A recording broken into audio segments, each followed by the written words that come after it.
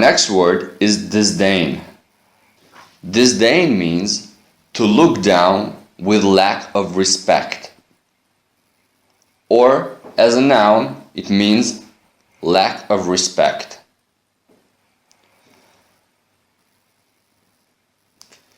As you can see in the picture, this man says, never look down on anyone unless you're helping them up. So, never disdain on anyone unless you're helping them up. So, disdain means lack of respect. So, criminals have massive disdain for the law. They have massive lack of respect for the law. In this picture, you can see the people not respecting the king. So they disdained the king's effort to convince them.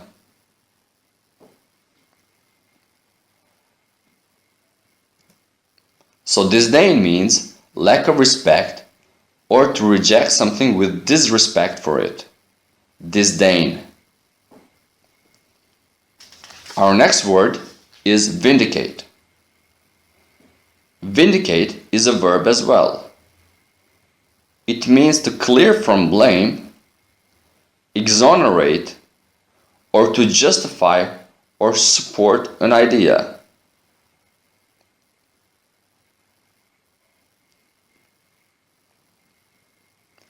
Vindicate is a verb as well. It has two meanings: to clear from blame and liberate, or to justify or support an idea. Vindicate comes from Latin word vindicatus, which means to liberate or claim. Vindicate, liberate or claim. Vindicate, clear from blame and liberate. So Jordan's lawyer said he has been vindicated from his charges.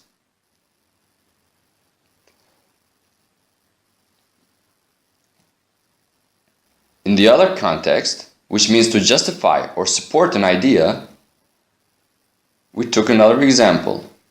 The explorations vindicated the old civilization of Maya in Middle America. So they justified or supported the idea that the Maya civilization lived in Middle America. So vindicate means to free from guilt or claim something as true. Our next word is venerate.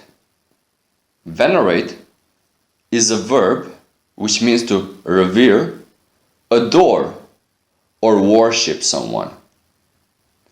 Dr. Martin Luther King was a venerated leader.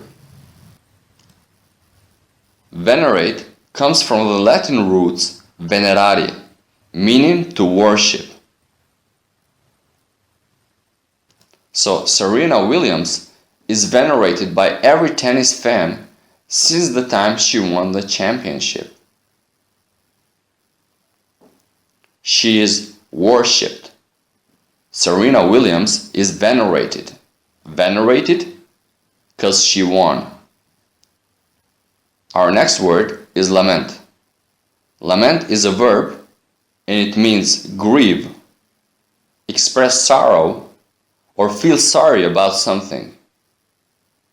It can be used as a noun as well, which means is grief or sorrow. Lament, grief or sorrow. Thousands of people were gathered at the funeral lamenting the death of the venerated President John F. Kennedy. It's awesome how she uses lament lines in her poems. Lament, grief, sorrow. Our next word is truncate, which means to cut off or shorten. John truncated the tree with a chainsaw. He cut off the tree with a chainsaw. The crazy frog had to truncate its holidays because Job was calling.